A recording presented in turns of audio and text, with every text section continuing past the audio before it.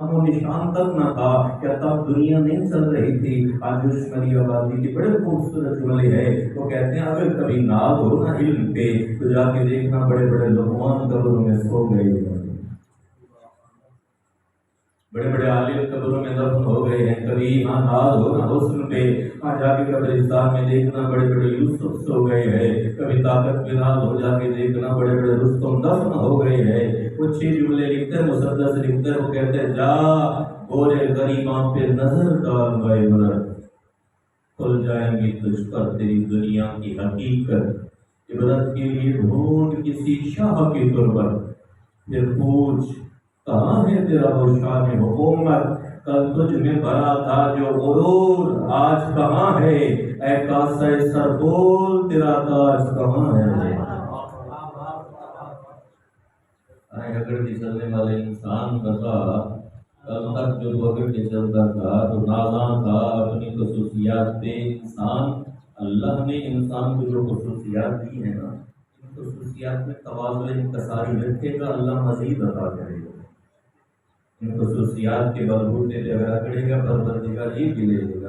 اللہ ہو بنورہم اللہ ان کے نور کو لے لیتا ہے. وَتَرَكُمْ فِي ظُلُمَاتِ اللَّهِ یبصرون اللہ ان کو ایسے اندھیرے میں چھوڑ دیتا ہے کہ پھر وہ آنکھیں رکھنے کے باوجود بھی کچھ انہیں دکھائی نہیں دیتا. کان رکھنے کے باوجود بھی کچھ انہیں سنائی نہیں دیتا. دل و دماغ رکھنے کے باوجود بھی کچھ انہیں سجھائی نہیں دیتا. وجہ کیا ہے؟ میں نے ایک معلم اخلاق سے سوال کیا تھا. میں نے کہا آج کا نوجوان پریشان ہے کہ میرے پاس خصوصیات ہے میں بہت کچھ کرنا چاہتا ہوں لیکن کر نہیں پاتا. وجہ کیا ہے؟ خصوصیات میرے پاس نہیں, کوالٹیز میرے پاس ہیں, اہلیت میرے پاس ہے, میں بہت کچھ کرنا چاہتا ہوں لیکن کر نہیں پا رہا. کیا وجہ ہے؟ انہوں نے کہا تم نے سورہ یاسین کی تلاوت کی اور فرمایا بین ایدیہم صد و بین خلفہم صد وفی اعناقہم اغلال. فرمایا سنو اس کے آگے بھی دیوار آ گئی ہے پیچھے بھی دیواریں آ گئی ہیں. اس کی گردن میں توق پڑ گیا ہے. یہ دیواریں کون سی دیواریں ہیں؟ یہ ظلمات کی دیواریں ہیں, یہ گناہوں کی دیواریں ہیں جنہوں نے اسے آگے سے بھی دیکھنے سے وفا کر دیا ہے اور پیچھے پلٹنے کے لیے بھی اس کا کوئی سامان نہیں ہے. اور اس کی گردن میں توق پڑ گیا ہے جو اسے نیچے کی طرف زوال کی طرف ہی کھینچ رہا ہے, ارتقاء کی طرف نہیں جانے دیتا. میں نے کہا قبلہ بتائیے ان زنجیروں سے چھٹکارا کیسے ملے گا؟ یہ دیواریں کیسے گرے گی؟ انہوں نے کہا اگر ان زنجیروں سے چھٹکارا پانا ہے اور ان دیواروں کو گرانا ہے تو یہ دیواریں سیلاب سے گریں گی. اور ان سیلاب کون سا لانے پڑے گا؟ کسی دریا سے بند توڑنا ہے؟ نہیں. فرماتے ہیں کہ استغفار و توبہ کے سیلاب سے یہ دیواریں گریں گی. استغفار و توبہ سے یہ دیواریں گریں گی. گناہوں سے توبہ کرو. مشکل ہوتا ہے, ہوتا بڑا مشکل ہے. جس انسان کو گناہ کی عادت پڑ جائے نا ہوتا بڑا مشکل ہے. لیکن یاد رکھیے بہت سی چیزیں ایسی ہوتی ہیں جن کو چھوڑنا مشکل ہوتا ہے اور ان کو اگر چھوڑ دیا جائے اللہ کی تو ایسی ایسی نعمتیں میسر آتی ہیں ملتی ہیں جن کا سوچ و وچار سے بھی تعلق نہیں ہوتا. انسان کبھی سوچتا بھی نہیں کہ میرا اللہ مجھے اتنا بھی نوازے گا. سب بڑی محمد ہے.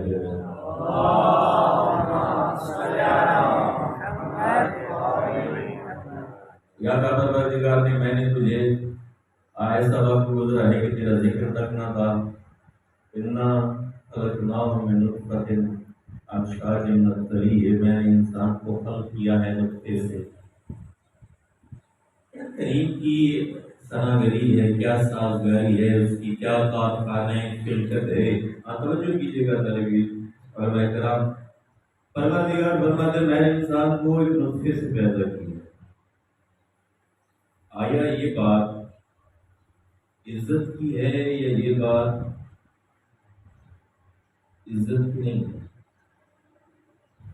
امیر المومنین نے جب معاشرے کے 2 انسانوں کی طرف نظر کی نا, ایک انسان کو دیکھا کہ مایوس بیٹھا ہوا ہے, ایک انسان کو دیکھا کہ تکبر میں اکڑ رہا ہے. جب تکبر والے انسان کو دیکھا تو امیر المومنین نے کہا کہ کس چیز کا تکبر ہے تجھ میں؟ اول کا نطفہ وآخر کا جیوا, تیرا ابتدا تیری نجس ہے, تیری اختتام ایسا نجس ہے کہ اگر ہاتھ لگایا جائے تو اس پر غسل واجب ہو جاتا ہے. تیری ابتدا ایسی، تیری انتہا ایسی. یہ جب متکبر کو دیکھا تو کہا، اور کبھی اگر مایوس کو دیکھا تو کہا تزعم انک جن صغیر وفیک الطوى العالم الاکبر. اے انسان تو کیا تو یہ شمار کرتا ہے، یہ سوچتا ہے کہ تو چھوٹا سا جرثومہ ہے تو کچھ نہیں کر سکتا؟ نہ، تیرے اندر یہ باہر نظر آنے والی دنیا سے بڑی دنیا پوشیدہ ہے. داؤ کا فیکا ولا تنسلو دواؤ کا من کا ولا تشعرو. یہ جتنی بیماریاں تجھے لگی ہیں نا، کہ حرص کی بیماری، یہ حوث کی بیماری، یہ شہوت کی بیماری، یہ جتنی بیماریاں تجھے لگی ہیں، یہ کسی نے چمٹائی نہیں ہے، کسی کو اس کا عذر نہ دو. یہ ساری بیماریاں تیرے اندر سے تجھے لگی ہیں. داؤ کا فیکا ولا تنسلو دواؤ کا من کا ولا تشعرو. یہ بیماریاں تجھے اندر سے لگی ہیں لیکن تجھے خبر نہ ملی اس کی، اور ان کی دوا بھی تیرے اندر پوشیدہ ہے لیکن تجھے شعور نہیں ہے. انت کتاب المبین الذی بحرف یظہر المضمر. فرمایا تو ایسی کتاب واضح ہے جس کی ایک ایک حرکت سے کائنات اشکار ہوا ہے. کیوں مایوس بیٹھا ہے انسان؟ کیوں پریشان بیٹھا ہے؟ کیوں نا امید بیٹھا ہے؟ خدا خود کہتا ہے لا تقنطوا من رحمت اللہ. اللہ کی رحمت سے مایوس نہ ہو. ان اللہ یغفر الذنوب جميعا انہ هو الغفور الرحیم. پروردگار سارے گناہ معاف کر دیتا ہے، وہ بخشنے والا اور مہربان ہوتا ہے. ایک جملہ طالب علموں کے لیے کہہ رہا ہوں، میں سمجھ سکتی ہوں. یہ ایک یونیورسٹی کے اگر اساتذہ ہی نالائق، نااہل اور جاہل ہوں، وہ طالب علموں میں کیا خصوصیات ہیں؟ ایک ہاسپٹل کے اگر ڈاکٹر ہی بیمار ہوں تو بیماروں کو کیا شفا ہوتی ہے؟ آپ معاشرے کے استاد ہیں، آپ معاشرے کے ڈاکٹر ہیں، آپ کو صحت مند بھی ہونا چاہیے، عالم بھی ہونا چاہیے، اور آپ الحمدللہ اور انشاءاللہ عالم بھی ہیں اور صحت مند بھی ہیں. اللہ آپ کی توفیقات میں مزید اضافہ کرنا ہے. بلند صلوات پڑھیے.